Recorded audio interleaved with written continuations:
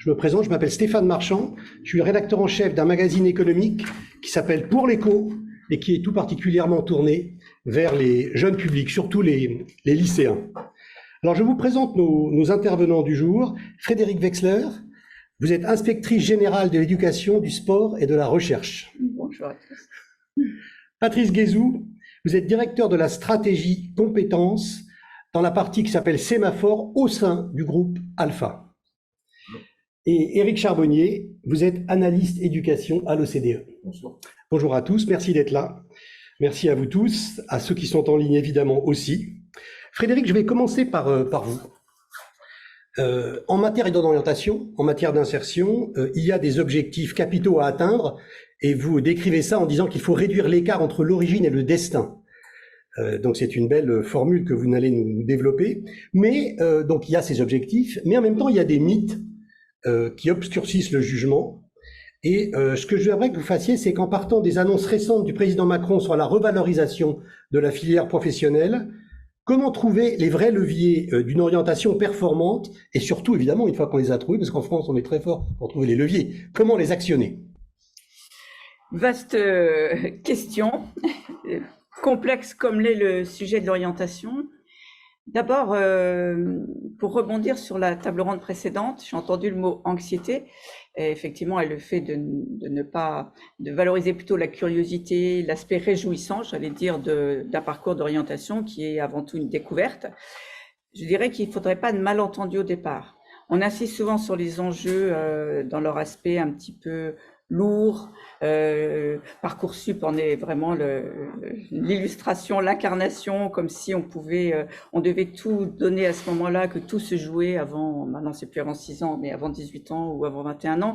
Donc déjà, bien réfléchir ce qu'on met sous ce mot orientation. Finalement, c'est un parcours tout au long de sa vie, on s'oriente tout au long de sa vie, donc comme le recommande l'Europe. Donc déjà, faire baisser cette pression de façon collective. Se dire que c'est à la fois quelque chose de très intime, parce que c'est son identité, c'est sa place dans la société, c'est les différentes influences, les conseils qu'on va recevoir, mais c'est aussi se décaler de ces conseils. On a parlé d'esprit critique dans la table ronde précédente, pour pouvoir s'affranchir. Et puis en même temps, c'est le contrat social, c'est la place que la société va permettre entre justement l'origine socio-économique et son destin. Est-ce qu'il va y avoir mobilité sociale, ce fameux ascenseur social dont on parle? Donc c'est tous ces enjeux pour l'institution, pour la nation, de se dire quelle est ma promesse, qu'est-ce que je dis à chaque jeune qui va naître. Donc ça, et c'est vraiment dans le sens, et j'y reviendrai, des annonces du président de la République.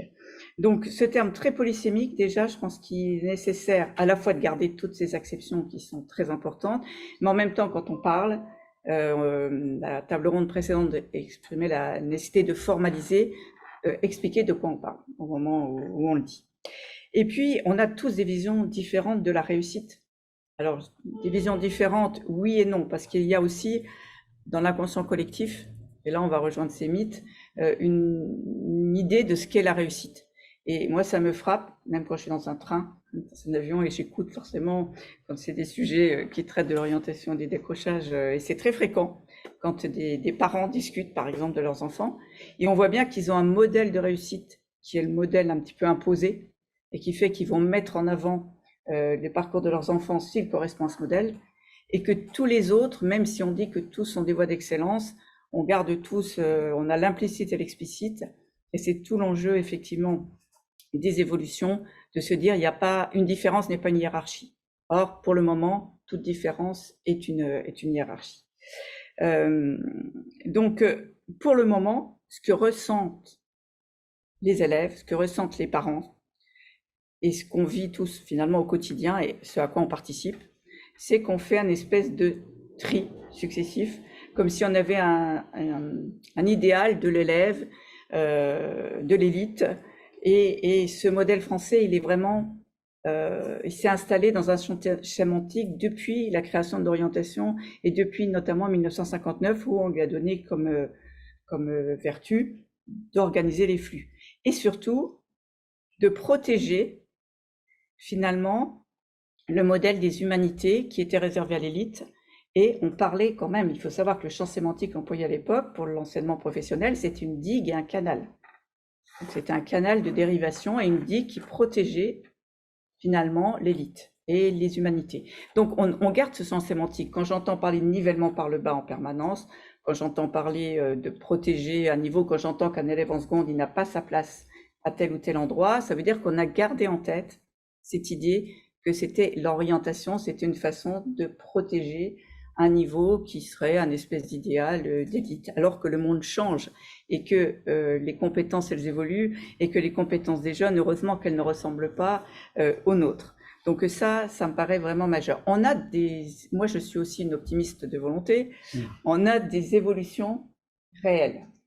Moi, quand j'ai démarré dans les services d'orientation, j'ai travaillé dans les services d'orientation, l'idée de processus, l'idée de parcours, elle était seulement portée par quelques, justement, services d'orientation et quelques pionniers. On parlait encore de paliers d'orientation, on avait vraiment une vision très linéaire des parcours. Donc là, il y a une vraie évolution sur les processus. Sur le fait que c'est un objet partagé aujourd'hui, de quoi témoignons-nous tous ensemble?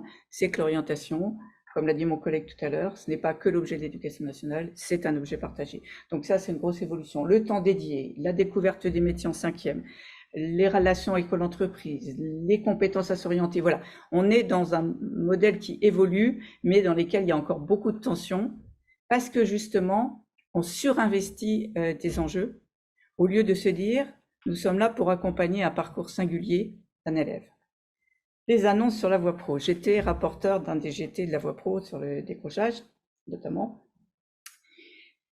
On a autant travaillé sur l'orientation d'ailleurs et sur l'amont et sur la prévention du décrochage, et en se demandant dans quelle mesure l'orientation pouvait au contraire contribuer à l'accrochage, pouvait contribuer au sens qu'on va donner à son parcours. Et dans ces annonces, on a effectivement celles qui peuvent paraître plus directement matérielles, comme le fait que les stages vont être rémunérés pour les élèves, mais c'est une forme de reconnaissance de l'action, de l'activité qu'ils vont avoir positive dans une entreprise pour contribuer à son développement en même temps qu'ils acquièrent des compétences. Le fait de s'adapter, si un jeune veut plutôt aller vers le monde du travail après son bac pro, il va pouvoir renforcer les stages. Mais à l'inverse, s'il veut poursuivre ses études, il va pouvoir renforcer la partie enseignement.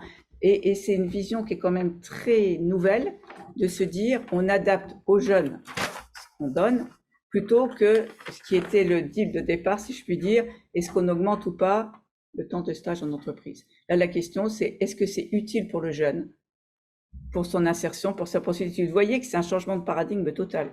C'est-à-dire si on est dans l'accompagnement du parcours. Et en réfléchissant à cette séquence d'aujourd'hui, je repensais à l'étymologie, vous savez, un mentor. On parle beaucoup de mentorat en école-entreprise. Mentor, c'était le précepteur de Télémac et qui était là pour l'accompagner dans la découverte, dans l'accompagnement de son parcours. Il ne décidait pas à sa place. Il l'accompagnait. La confusion qu'on a faite pendant très longtemps, c'est de penser qu'on devait décider. Et d'ailleurs, c'était hyper stressant pour les équipes éducatives, pour les parents, etc. Or, on doit au contraire ouvrir des possibles et laisser le maximum de possibles ouverts et se dire que c'est un parcours tout au long de la vie qui est non linéaire et pour lequel le jeune peut prendre son temps dans l'accompagnement. Et dans les mesures, donc il y en a beaucoup d'autres sur le décrochage, mais qui concernent aussi l'orientation, il y a le décloisonnement. C'est ce dont on témoigne aussi aujourd'hui. Pour le moment, on pense toutes les formations, les solutions, à partir des institutions. Qu'est-ce que les écoles de la deuxième chance peuvent proposer, les missions locales, l'école, etc.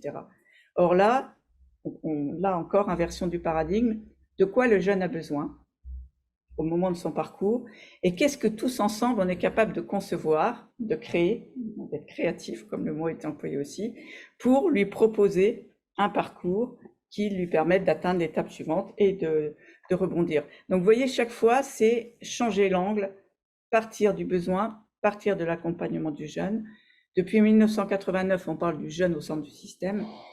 Là, je pense que nous sommes un peu au pied du mur pour toutes les raisons qui ont été expliquées auparavant et grâce aussi aux comparaisons internationales dont mon ami Eric Charbonnier parlera beaucoup mieux que moi, on progresse aussi dans l'analyse à la fois des points forts de notre système, mais aussi de ses faiblesses, qui étaient celles que vous avez citées au départ.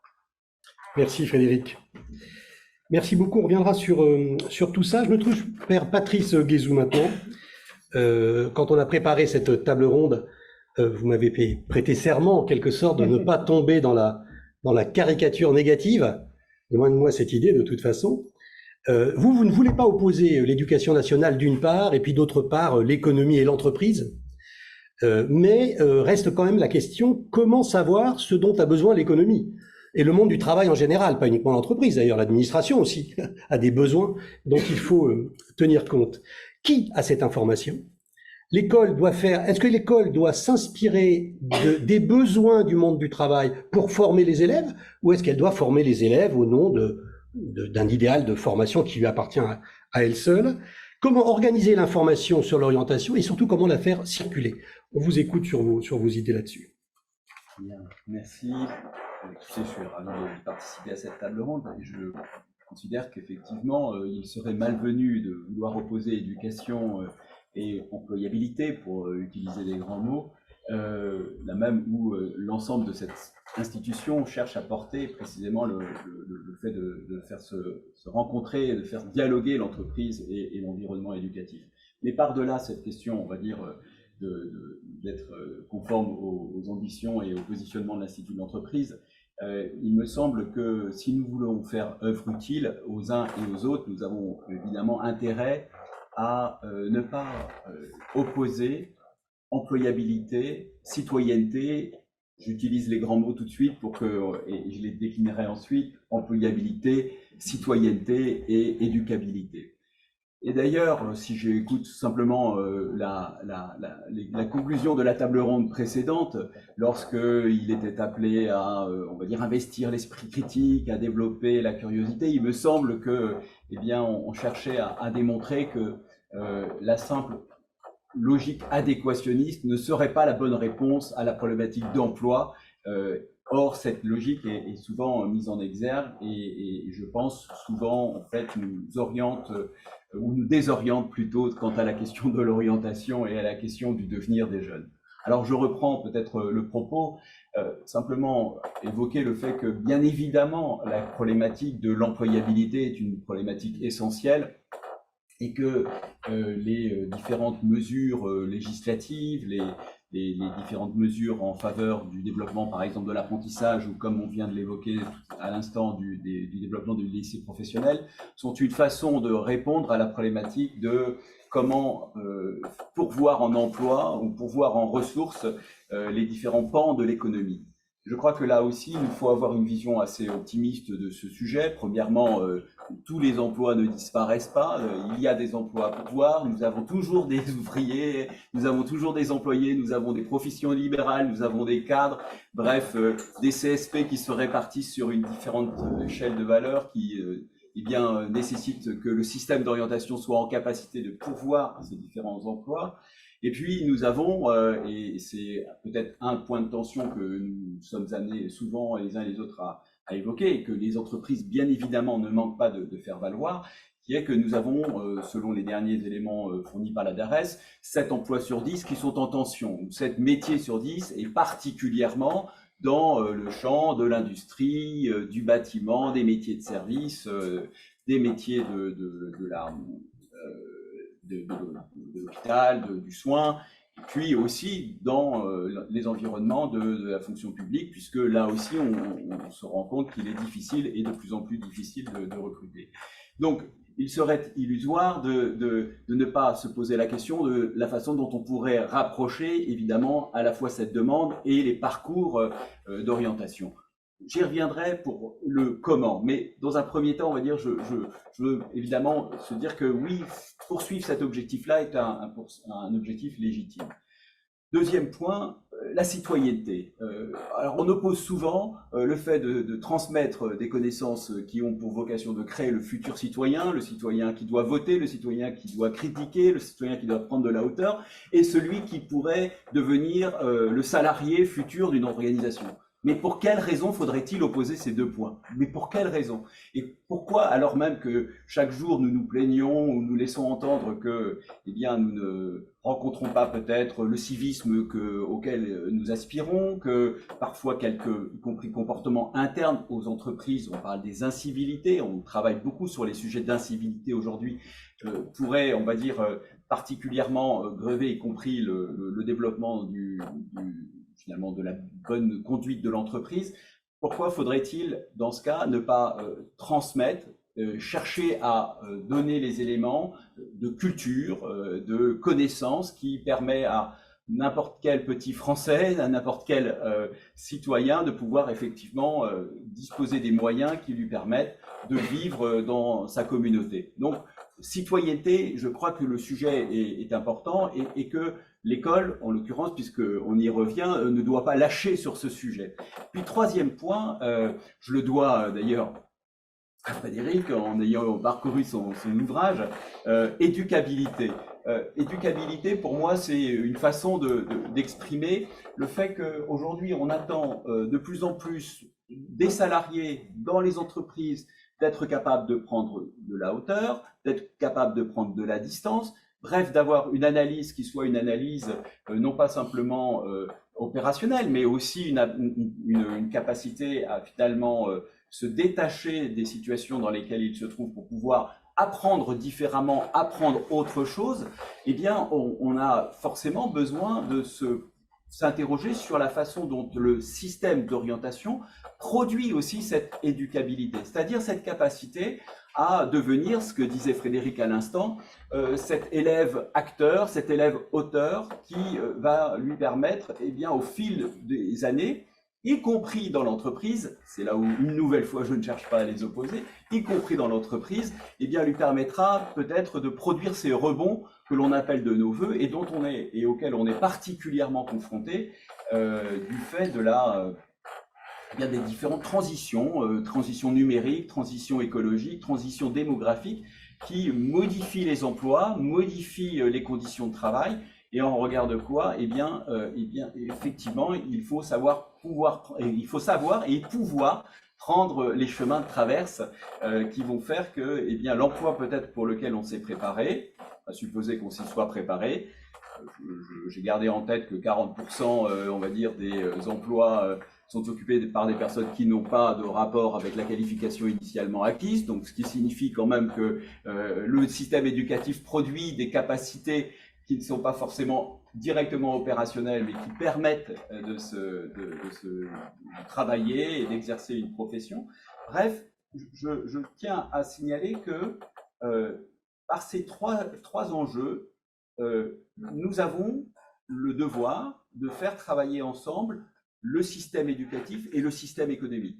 Et c'est sur ces points-là, si vous voulez, je peux le faire tout de suite, mais en tout cas, c'est sur ces points-là que je voudrais pouvoir insister, parce qu'au-delà finalement de la nécessité de le faire, il y a le comment peut-on le faire et avec quels outils. Et là, je crois que nous avons une législation complexe, nous avons un système de gouvernance complexe également, mais il me semble, et c'est la raison pour laquelle je préfère regarder le verre à moitié plein plutôt que le verre à moitié vide, comme Frédéric, semble-t-il, c'est que nous avons installé un certain nombre de dispositifs qui permettent d'aller au-delà et je pense d'appuyer cette orientation facilitante que nous appelons de nos voeux. Premièrement, nous avons, au travers notamment de la loi de 2018, décidé de confier le pilotage de l'orientation professionnelle aux régions. Les régions sont donc, on va dire, en situation de pouvoir, dans une relation qui soit une relation à la fois avec leur environnement économique et avec l'environnement académique, de pouvoir en proximité produire les conditions qui facilitent l'accès à différents types de qualifications pour lesquels un certain nombre de besoins ont été identifiés. Faut-il améliorer cela? Probablement oui, parce que on le voit bien, la carte, fait partie des mesures annoncées par le président de la République récemment. La carte de la formation professionnelle dans les lycées professionnels n'est peut-être pas optimale, de la même manière que probablement la carte des CFA n'est pas également tout à fait optimale. Et donc il y a certainement des améliorations possibles et des collaborations à envisager. Mais en tout cas, on a une instance qui est clairement responsable et qui on va dire, l'a fait plus ou moins selon les régions au cours du quinquennat qui vient de s'écouler et qui est amené à devoir prolonger son effort au cours des prochaines années. Deuxième logique, on le voit, les académies, quand on voit la communication des recteurs ou quand on voit la communication d'un certain nombre d'établissements et des patrons d'établissements, je pense à des collèges ou des lycées, eh bien, prennent des initiatives pour fabriquer de la relation avec leur environnement académique. Donc, elles ne restent pas, on va dire, à l'écart de l'environnement académique. Ils cherchent, et on le constate régulièrement en suivant l'actualité de certains recteurs ou rectrices, eh bien, ça n'est plus deux mondes qui se regardent en chien de faïence, ce sont deux mondes qui dialoguent, qui discutent et qui travaillent ensemble. Donc, les acteurs publics ont une responsabilité. Les acteurs associatifs, souvent, je les ai souvent côtoyés, souvent entendus se plaindre de ne pas être forcément suffisamment accueillis par les collèges et les lycées. Mais pour autant, ils ont développé leurs activités. J'ai en tête Entreprendre pour apprendre, avec les mini-entreprises, le groupement des créateurs, avec la capacité à accompagner des jeunes dans le cadre de l'entrepreneuriat qui peut donner la volonté et l'intérêt de revenir à des questions de formation. World Skills France, qui est une magnifique manifestation qui promeut l'apprentissage et rend possible eh bien, l'envie aussi d'aller apprendre pour finalement maîtriser un geste technique ou maîtriser un environnement technique. Évidemment, comme le disait Frédéric, nous avons parlé du mentorat. Le mentorat s'est développé, est appelé à se développer à nouveau dans le cadre de la réforme des lycées professionnels, jeunesse et entreprise. Enfin bref, les acteurs associatifs ne manquent pas pour faciliter et fabriquer de la compréhension à la fois de l'environnement académique, l'Institut en étant la parfaite illustration, fabriquer donc de la visibilité sur les enjeux du monde économique et les rendre compatibles avec le parcours à venir, s'il fallait que je le dise de manière un peu simple, au sein même de l'éducation nationale. C'est-à-dire tout simplement, et on peut comprendre que quand vous êtes chef d'établissement, vous ayez déjà suffisamment de travaux à conduire pour ne pas être en permanence à vous préoccuper de savoir comment être l'interface avec des acteurs externes. Et donc, le fait d'avoir ces associations comme étant des intermédiaires me paraît être un usage essentiel. Alors, comme je vois que vous me demandez d'interrompre, je reprendrai tout à l'heure pour vous donner des éléments complémentaires sur le rôle et la manière dont se mobilisent les entreprises, les acteurs paritaires, notamment au travers de leurs OPCO. Oui, pour bien comprendre qui fait quoi, est-ce qu'il n'y a pas finalement une très grande désorganisation dans les acteurs qui s'occupent de l'orientation? Voilà, je me tourne maintenant vers Éric Charbonnier. Désolé, la phase des questions faciles est terminée. Vous travaillez à l'OCDE. L'OCDE, c'est un groupe de 38 pays. On a de cette idée de l'OCDE des pays plutôt industrialisés, occidentaux, mais en fait, non, pas du tout. On y trouve la Turquie, le Mexique, la Colombie, le Costa Rica. Et donc, c'est une plateforme d'observation et de comparaison absolument extraordinaire. Et c'est un gros producteur de déception pour la France quand même, sur le plan de l'éducation notamment, parce que certaines études comparatives réalisées par l'OCDE, et d'autres d'ailleurs études comparatives sur l'éducation réalisées par d'autres organisations, donnent, reconnaissons-le, on est là pour se dire les choses, des résultats catastrophiques. Dans le grand pays de mathématiques, le niveau en maths s'effondre, la maîtrise de la langue, la maîtrise de l'expression s'effondre. Alors, je sais pas, je reconnais, je veux pas vous tendre un piège, hein, mais où sont nos failles spécifiques? On aimerait vous entendre là-dessus. Quelle est la marque de fabrique, selon vous, typique de la France en matière d'orientation?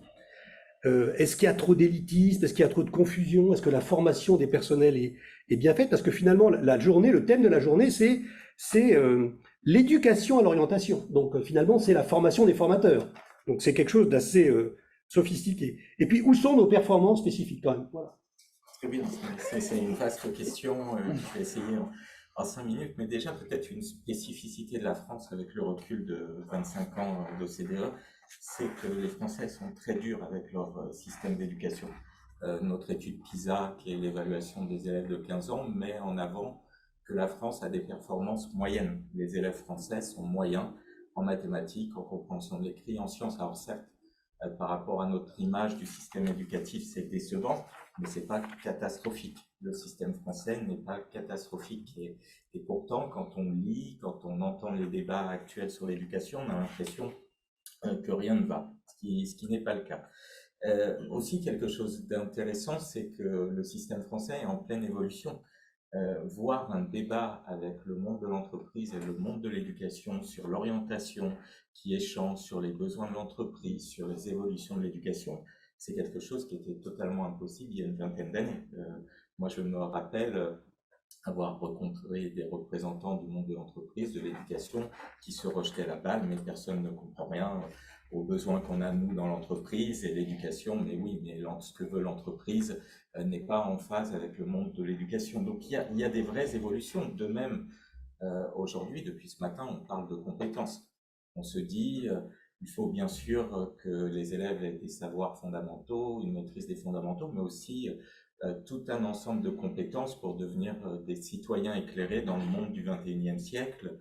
C'est quelque chose aussi de nouveau, se dire que les élèves, il ne suffira pas d'être bon en mathématiques et de maîtriser les fondamentaux pour avoir une vie épanouissante. Il faudra aussi être curieux, avoir l'esprit critique, être coopératif, créatif, tout un ensemble de compétences qui prennent une place de plus en plus forte dans le système éducatif. Donc voilà, moi ça me rend quand même optimiste. Déjà, c'est un début de quelque chose et ce dialogue portera ses fruits à un moment, c'est certain. Alors après, le système d'éducation, je ne vais pas brosser un portrait non plus ultra positif. Les performances des élèves sont moyennes. Le niveau des inégalités sociales est très élevé, hein, c'est ce qu'on voit sur la diapositive qui est derrière. Plus on est sur la gauche, plus on est inégalitaire, plus on est sur le haut, plus on est performant. Et on peut voir que la France fait partie des pays où les élèves de 15 ans, quand on vient d'un milieu défavorisé, on a moins de chances de réussir que dans la plupart des pays de l'OCDE. Ça, c'est un véritable problème, parce que si on veut être maître de son orientation, on peut faire tous les efforts possibles dans le bac-3, bac+3, mais si on n'élève pas un peu le niveau de performance des élèves et si on ne réduit pas les inégalités sociales, on aura toujours des difficultés d'orientation avec des élèves qui ne seront pas maîtres de leur destin parce qu'ils n'auront pas reçu suffisamment d'aide durant leur scolarité pour rattraper éventuellement du retard ou pour avoir une remédiation face aux difficultés qu'ils peuvent avoir. Et ces difficultés-là qu'on mesure dans PISA à l'âge de 15 ans, elles commencent dès le plus jeune âge. C'est-à-dire que si on veut avoir une orientation maîtrisée, bac-3, bac+3, il faut lutter vraiment contre l'échec scolaire dès le plus jeune âge, dans nos écoles maternelles, dans l'élémentaire, au collège, au niveau du lycée, c'est fondamental et c'est crucial justement pour permettre à tous les élèves d'avoir la même chance de réussir. Donc ça, c'est le premier point. Un autre point, ce qu'on voit dans les systèmes éducatifs qui réussissent, souvent le levier de réussite, un levier qui permettra aux élèves d'avoir une orientation de meilleure qualité, c'est souvent la formation des enseignants. Orienter, c'est pas quelque chose qui s'improvise. Et notre système d'éducation a privilégié pendant très longtemps l'aspect disciplinaire, l'aspect académique du métier, et on a des enseignants qui sont ultra performants sur le volet académique du métier, beaucoup moins sur le volet pédagogique, sur le volet orientation. C'est quelque part dans le discours depuis 10 ans. Depuis 10 ans, on dit on va renforcer le volet pédagogique de la formation, on va faire en sorte que les enseignants aient une formation continue aussi à la hauteur de leurs besoins, qu'ils aient des pédagogies qui vont permettre de s'adapter au niveau des élèves. Donc là aussi, c'est une réforme en cours de développement, mais il y a un retard qui peut porter préjudice aux élèves dans leur orientation, parce que parfois, et notamment si je reviens aux élèves les plus défavorisés, ils sont nombreux et n'ont pas forcément accès à l'information qui va leur permettre de faire un choix éclairé par rapport à leurs besoins et leur vocation. Donc ça, c'est ce qu'on voit dans les pays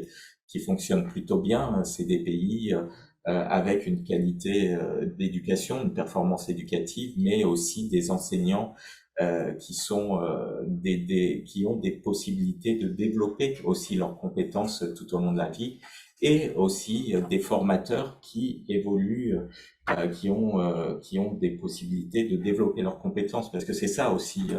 Avoir une formation des enseignants de qualité, ça veut dire aussi avoir des formateurs de qualité. Et je crois que c'est un sujet central aussi d'amélioration, c'est réfléchir à la formation des formateurs, réfléchir au développement des compétences tout au long de la vie, parce que c'est essentiel. Et ce qu'on a pu voir dans les statistiques de l'OCDE, c'est qu'en France, souvent, même une fois qu'on est dans l'entreprise, une fois qu'on a quitté ce monde de l'éducation, ben, les possibilités d'évolution, elles sont plutôt possibles pour les plus qualifiés et aussi pour les plus jeunes.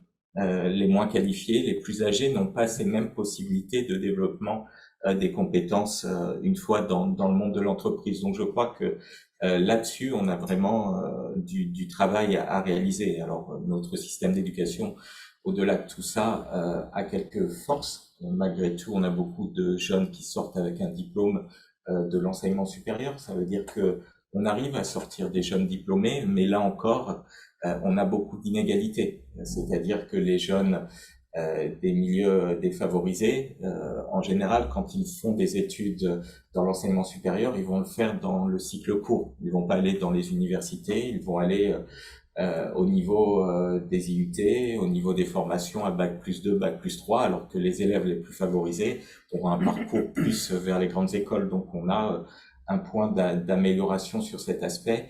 Et puis le dernier point que j'aimerais revenir, et Frédéric en a parlé beaucoup, pour la première fois en France, on valorise un peu nos filières professionnelles. On a un discours un peu plus positif. C'est ce qui est, les filières professionnelles sont essentielles aujourd'hui pour les entreprises, mais on a un besoin aussi de jeunes qui ont la possibilité de choisir leur orientation dans ces filières, et par le passé, ils n'avaient pas de possibilité. Une filière pro, c'était l'accès à l'emploi ou l'accès à l'échec une fois qu'on allait dans l'enseignement supérieur. Il y avait aussi un problème de surreprésentation des enfants défavorisés, des garçons. Donc là encore, on met en place des leviers d'amélioration, et de se dire, si on regarde chez nos voisins, l'Allemagne, la Suisse, l'Autriche, il y a davantage de possibilités aussi de poursuivre d'études ou d'aller dans l'entreprise si on en a envie. Et ce qu'a dit Frédéric est complètement en phase avec les recommandations qu'on peut avoir, nous, dans l'OCDE sur les filières professionnelles. Il faut vraiment que les projets soient autour des besoins des élèves. Et c'est ça aussi, l'orientation. C'est pas avoir un parcours d'orientation qui soit ultra disciplinaire, comme c'est le cas en France. Si vous êtes bon en maths, vous irez dans une filière scientifique, mais c'est pas forcément parce que vous voulez exercer dans un métier scientifique. C'est tout ce qu'on doit changer aujourd'hui, et il y a beaucoup à faire. Mais malgré tout, comme je l'ai dit en introduction, et j'aurai l'occasion de développer plus tard, je crois qu'avoir ce genre de débat aujourd'hui, c'est le début de quelque chose. Et je voyais la météo pluvieuse. C'est peut-être un mariage heureux, un début heureux, un début pluvieux. Voilà, quelque chose qui se passe entre le monde de l'entreprise et de l'éducation. Merci Eric. Une des réformes qui a marqué les esprits au début du premier quinquennat Macron, c'était dans certaines zones de couper en deux la taille des classes pour les élèves au début de leur parcours scolaire. Est-ce que c'est une bonne idée? Est-ce que vous avez une idée des résultats? Est-ce que c'est fait à l'étranger? Est-ce que ça a marché? Alors, investir dans les établissements défavorisés, c'est une politique éducative ultra nécessaire. Après, nous, ce qu'on dit à l'OCDE, ce sont les mesures qualitatives qui ont un effet sur la réussite éducative plus que les réussites quantitatives. C'est-à-dire, si vous vous contentez de diviser par 2 la taille des classes, mais si à côté, vous changez pas la façon de travailler avec les élèves dans des classes réduites, si vous formez pas les enseignants qui vont avoir 12 élèves au lieu de 24 en disant, vous pouvez utiliser telle pédagogie qui va marcher mieux avec les élèves, on peut prendre plus de temps. On perd de l'efficacité dans les réformes. Donc, bien sûr que c'est toujours une bonne chose d'avoir des meilleures conditions d'apprentissage dans ces zones-là, mais ça fonctionne où ça fonctionne, c'est justement où on a mis un aspect à la fois sur un volet formation, préparer les enseignants à la pédagogie avec les élèves en difficulté. En France, quand on regarde nos études sur les enseignants, nos enseignants disent qu'ils ont un besoin de formation continue en priorité pour travailler dans des environnements multiculturels, pour travailler avec des besoins, avec des élèves à besoins éducatifs particuliers, pour individualiser et personnaliser un peu leur enseignement. Donc, il faut vraiment développer ces compétences chez les enseignants pour que ça tire son bénéfice. Et puis, il faut des mesures incitatrices pour attirer les enseignants expérimentés dans ces zones défavorisées. Quand vous êtes en Estonie ou en Corée et que vous êtes un élève avec des difficultés en mathématiques, vous aurez le meilleur prof de mathématiques ou parmi les meilleurs profs de mathématiques du pays. C'est pas le cas en France et ça veut dire que on peut faire plus encore pour essayer d'attirer, créer de la mixité sociale ou aussi attirer vraiment des enseignants expérimentés à travailler dans ces établissements. Merci Eric. Vous avez tous les trois à un moment donné abordé la question de et si on se trompe et si ça se passe pas bien le premier choix d'orientation, est-ce que c'est fini pour vous ou est-ce qu'on a une deuxième chance? Il y a pas longtemps, j'animais une table ronde sur le même sujet et quelqu'un a dit, un recteur je crois, il faut déplacer la charge mentale, la charge de tension qui existe au niveau du bac à peu près sur l'orientation et l'exporter vers la formation continue plus tard. J'avais bien aimé cette formule parce que ça voulait dire qu'effectivement, à un moment où les jeunes sont fragiles et en difficulté parce que le bac approche, c'est à ce moment-là que cette charge mentale se rajoute. Comment faire pour changer cet état de fait? Parce que la psychologie compte énormément dans tout ce que l'on dit là. Oui. Alors sur la réversibilité des parcours, j'allais dire plus largement sur le statut de l'erreur. Et Éric Charbonnier en a parlé d'une autre façon en disant on a tendance à voir, par exemple, que des résultats catastrophiques. C'est-à-dire qu'on entre dans notre système toujours par la réussite, l'erreur étant une faute. Et dans la faute, il y a quand même une charge un peu morale, culpabilisante. C'est parce que l'élève n'aurait pas assez travaillé, parce qu'il ne se serait pas assez informé, par exemple, qu'il s'orienterait mal, parce qu'elle aurait mal accompagné. Donc déjà, d'une façon générale, essayer de voir ce qui fonctionne bien, comme quand on fait un CV ou une lettre de motivation, on parle de ce qu'on sait faire, et on ne parle pas en permanence de là où on a des échecs. Donc déjà, c'est aussi un changement. Si dans notre système, on regarde ce qui fonctionne bien, comment on peut l'améliorer, et si effectivement on se place, et je l'avais abordé très rapidement tout à l'heure, dans une perspective tout au long de la vie, on fait baisser globalement la pression et on se concentre sur finalement la marge de progrès et le devenir, comment on est en devenir. Mais ce statut de l'erreur, c'est quelque chose de global, puisque c'est vrai pour nos résultats, c'est vrai pour un enseignant qui va se sentir face à l'inspecteur, par exemple, très vite en difficulté. Donc c'est vraiment, je parlais chaque fois de changement de paradigme, je pense que sur ce statut de l'erreur, il faut qu'on se pose tous ensemble et qu'on regarde d'ailleurs, on peut apprendre du monde de l'entreprise, comment on traite une erreur. Moi j'ai travaillé à l'ONICEP, qui est un éditeur public, et il nous arrivait de commettre des erreurs.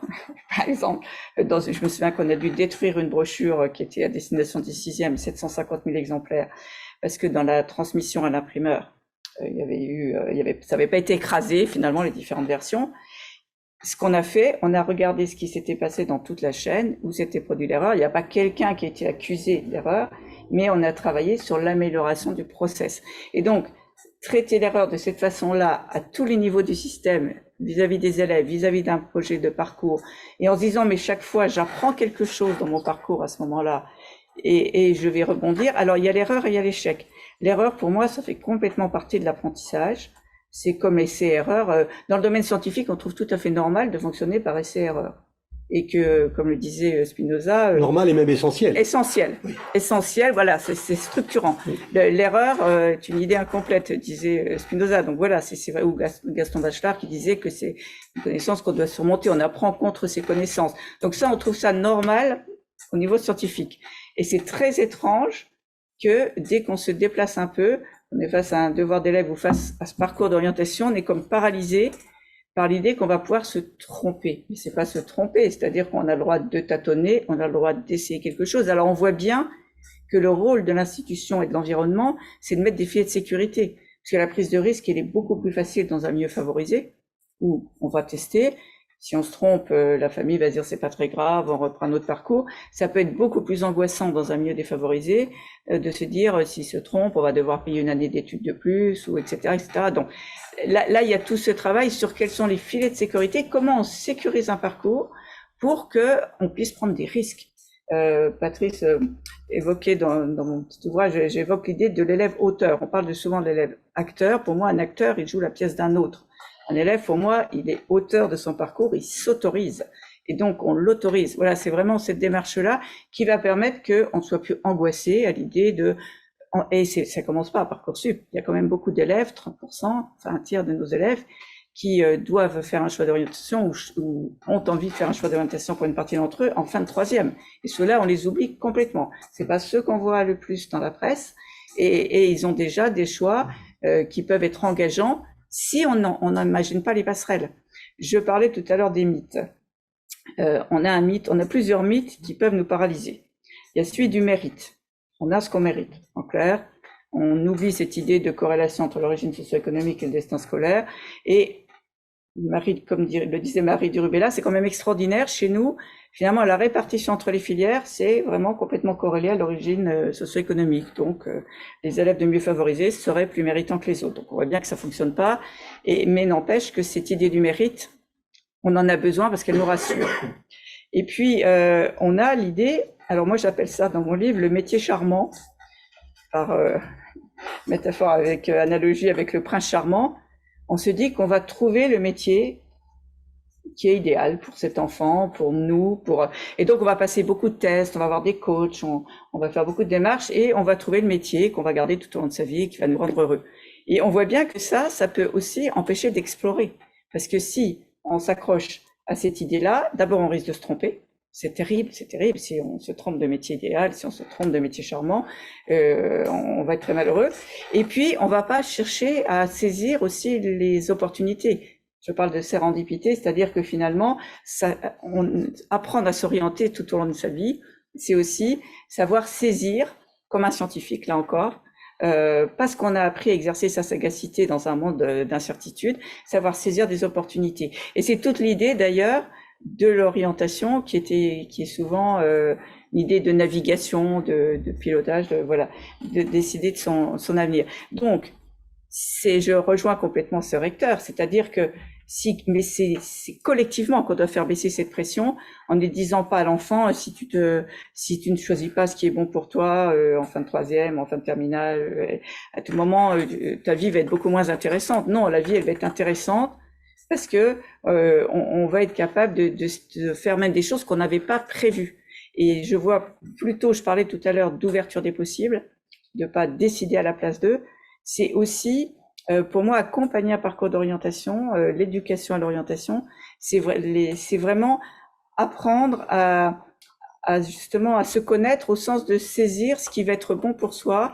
Et on est en permanence dans l'équilibre du déséquilibre. C'est-à-dire à des moments on va choisir plus la conformité, la sécurité, et puis à d'autres moments on va accepter d'être un peu en déséquilibre, prendre du risque, être un peu dans la transgression par rapport aux métiers qui sont conformes à son genre, à son origine socio-économique, etc.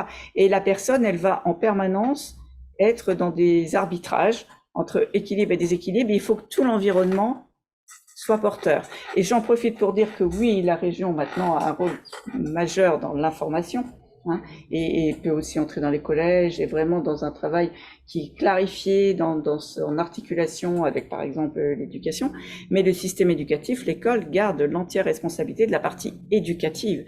Donc il faut surtout pas qu'on se sente déchargé, qu'on travaille ensemble, mais cette responsabilité de l'éducation et du texte de politique générale, qu'est-ce qu'on veut faire de l'orientation dans ce pays, ça reste profondément le rôle de l'État, puisque c'est le pacte social, c'est la cohésion sociale, c'est le contrat social.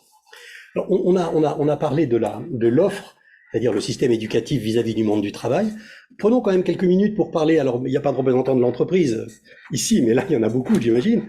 J'ai habité aux États-Unis pendant un certain temps et j'ai eu l'impression, que vous allez peut-être corriger, que aux États-Unis, on va chercher chez le candidat que l'on recrute un certain nombre de, pas de compétences, je veux pas ce mot justement, de qualité, de réflexe, de tournure d'esprit, de capacité de travail.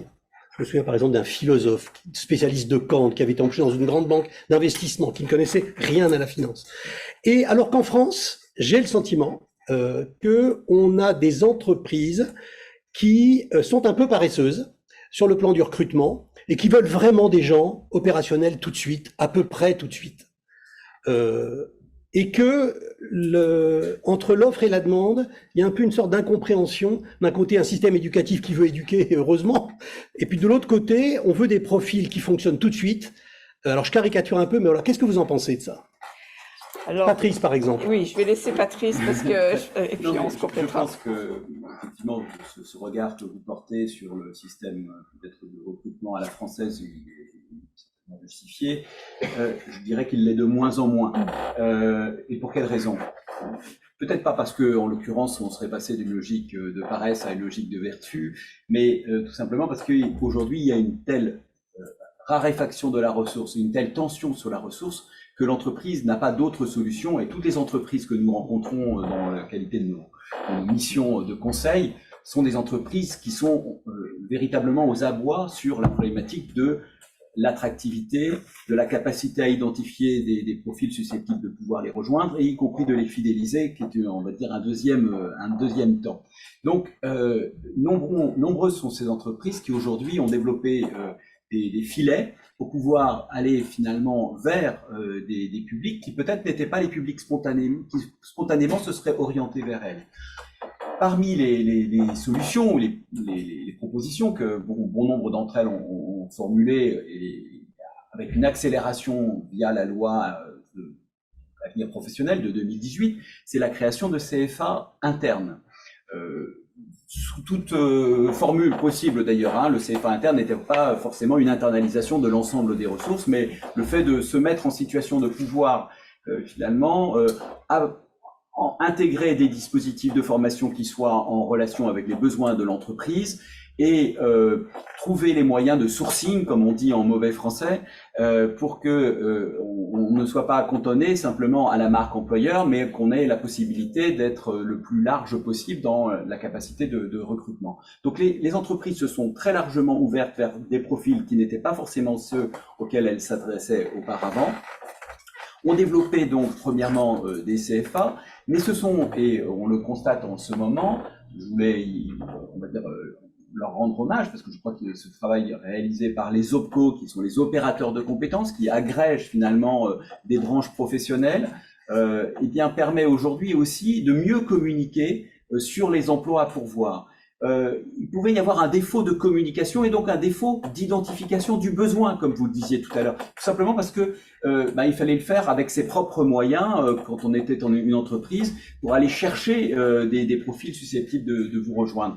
Là aujourd'hui, les OPCO, je pense à l'OPCO 2I, à l'OPCO Atlas, bref, dans différentes catégories, à l'OPCO Mobilité, différentes catégories d'OPCO se sont vraiment mis en demeure de faire ce que l'on appelle la promotion des métiers et d'aller chercher le plus largement possible avec des bus, on va dire en circulant sur les plages, en circulant à proximité des établissements, en se mettant finalement en situation de pouvoir apporter une plus grande visibilité directement on va dire au sein des établissements, mais aussi une plus grande visibilité auprès d'un acteur clé qui reste un acteur absolument incontournable quand on parle d'orientation, qui est l'ONICEP.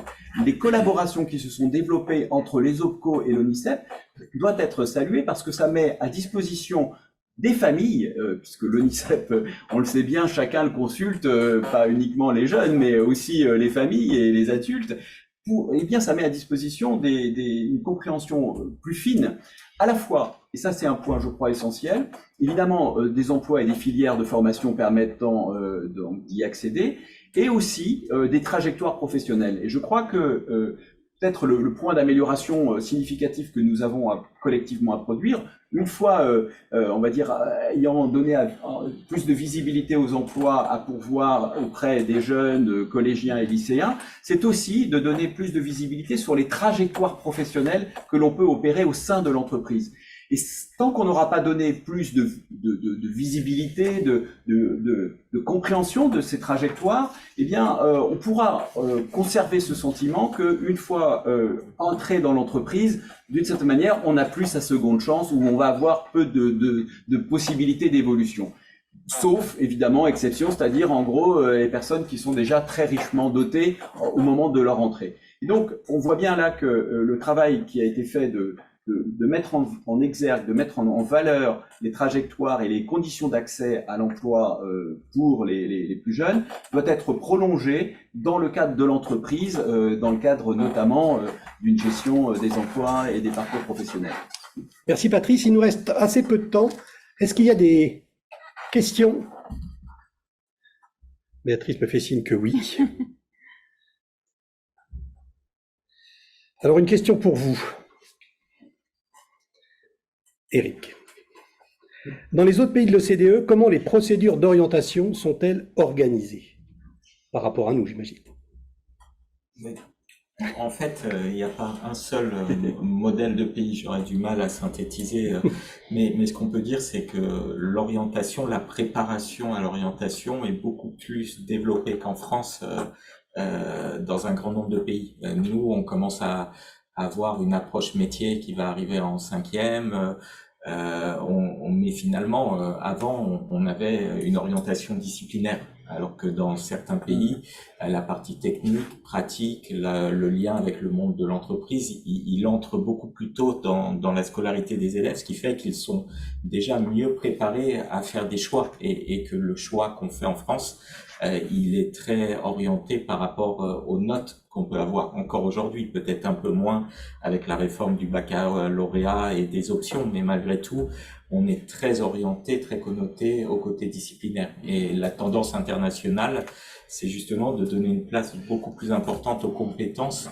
et d'avoir dans le système éducatif l'idée de préparer le citoyen, de préparer le jeune à être un citoyen éclairé dans un monde de plus en plus complexe. C'est le cas en Finlande, en Estonie, en Slovénie, où les programmes éducatifs, ils sont pas construits autour de la discipline, mais ils sont construits autour des compétences. C'est-à-dire qu'on va apprendre à être créatif en faisant des mathématiques ou du français, mais l'objectif, c'est que l'élève développe sa curiosité, sa créativité. Je pense que c'est ça qui fait que on a des difficultés d'orientation aujourd'hui, et puis on est très axé encore dans les stéréotypes aussi. C'est une énorme révolution, ce que vous venez de décrire, par exemple. Oui, mais on en a parlé dans la table ronde précédemment. On commence à en parler, mais je pense que ça doit être un angle de réflexion. Ça ne veut pas dire qu'il ne faut pas accorder d'importance aux disciplines, aux mathématiques, aux fondamentaux. Ça sera toujours ultra important, mais il faut évoluer et se dire qu'aujourd'hui, la construction, aider les jeunes à développer leur ambition professionnelle et l'orientation, c'est les aider justement à construire ce projet. Et pour les enfants les plus défavorisés, il faut aussi aider les familles. Aujourd'hui, quand vous faites un dossier sur Parcoursup, tout le monde n'est pas égalitaire face à la lettre de motivation qui doit être faite dans le dossier de Parcoursup. Ça doit être un des enjeux. Aujourd'hui, peut-être inclure dans les programmes scolaires le fait que aider les élèves à écrire leur lettre de motivation. On doit aussi faire évoluer un peu les disciplines pour que les élèves les plus défavorisés aient le même accès et les mêmes chances que les autres de réussir leur orientation. Merci Eric. On va avoir une dernière question. On va dépasser légèrement de 2-3 minutes. Je m'en excuse à l'avance. Une question pour vous, Frédéric. Je la lis. Hein. Ce n'est pas ma question. Ce sont aussi les pratiques éducatives, les représentations des enseignants qui nourrissent, hélas, cette faible mobilité sociale et l'inégalité chronique dont nous parlons tout à l'heure. Qu'est-ce que l'on peut faire pour changer ça? Oui, alors je rejoins complètement l'auteur ou l'autrice de la question.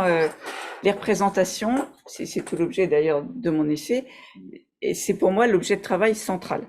C'est-à-dire, il y avait une question sur les procédures. On voit bien qu'en France, on se réfugie dans les procédures parce que ça nous rassure, parce que j'aurais pu vous montrer tout à l'heure, je n'ai pas le temps d'en parler, que beaucoup d'enseignants ne se sentent pas efficaces, ne se sentent pas compétents pour travailler sur les sujets de motivation des élèves, d'accompagnement des parcours.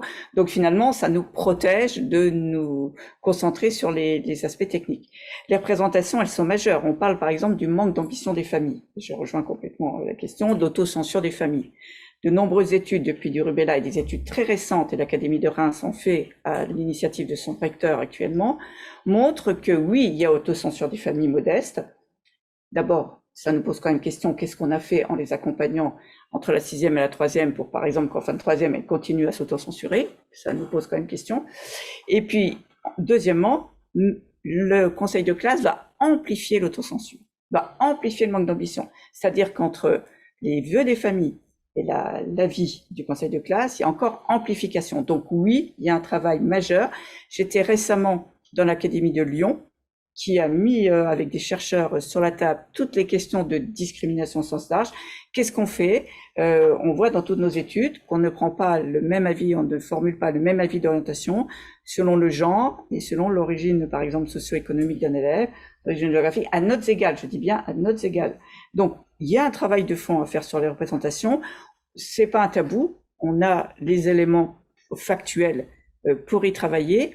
Et je rejoins en plus les évolutions, le changement de paradigme, vous disiez c'est une révolution internationale, ça nous oblige à travailler ensemble de façon transdisciplinaire, parce que là c'est bien un objet partagé, de se dire quelle représentation on a, pourquoi avec les meilleures intentions du monde, on pense qu'une jeune fille de milieu défavorisé, elle sera mieux dans un bac pro tertiaire, puisque c'est là où il y a le maximum de boursières, c'est dans le bac pro tertiaire. Pourquoi on pense que là elle va mieux réussir, être mieux accompagnée, c'est une représentation. Et donc, c'est pas une mauvaise intention, c'est pas qu'on veut nuire à cette jeune fille, c'est qu'on a des représentations. Et ce travail-là, il est majeur dans le système. Pour moi, actuellement, si on ne travaille pas sur les représentations, si on ne travaille pas sur nos mythes, si on les déconstruit pas, si on n'a pas cet esprit critique de façon, j'allais dire, un peu systématique par rapport à nos démarches, et si on se réfugie que sur les aspects techniques des procédures, on passera à côté des enjeux fondamentaux dont on vient de parler aujourd'hui tous ensemble. Merci à tous les trois. Merci à tous.